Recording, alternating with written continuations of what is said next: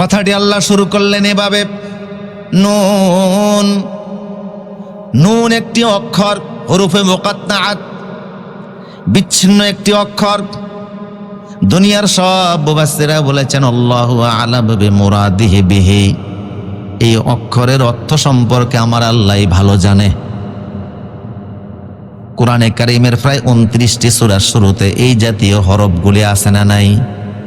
আলিফ লাম মিম, আলিফ লাম রা, তাহা, ইয়াসিন, কাফ, হা, ইয়া, আইন, সাদ, এরকম বিচ্ছিন্ন কিছু অক্ষর কোরআনে কারীমের বিভিন্ন সূরার শুরুতে আছে।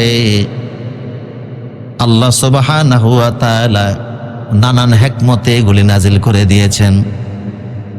এখানে আল্লাহ আনলেন নুন। নুন একটি অক্ষর, কথা বুঝতেছেন আপনারা? যদিও আমরা অর্থ জানি না, কিন্তু তেলাওয়াত করলে সওয়াব আছে না নাই?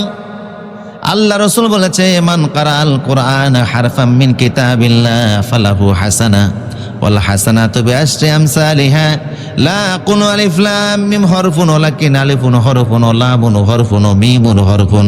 আল্লাহ নবী বলেছে, কোরআনে কারীমের একটা অক্ষর তেলাওয়াত করলে মিনিমাম 10টা নেকি আল্লাহ বান্দার আমলনামার ভিতরে দান করে দেন।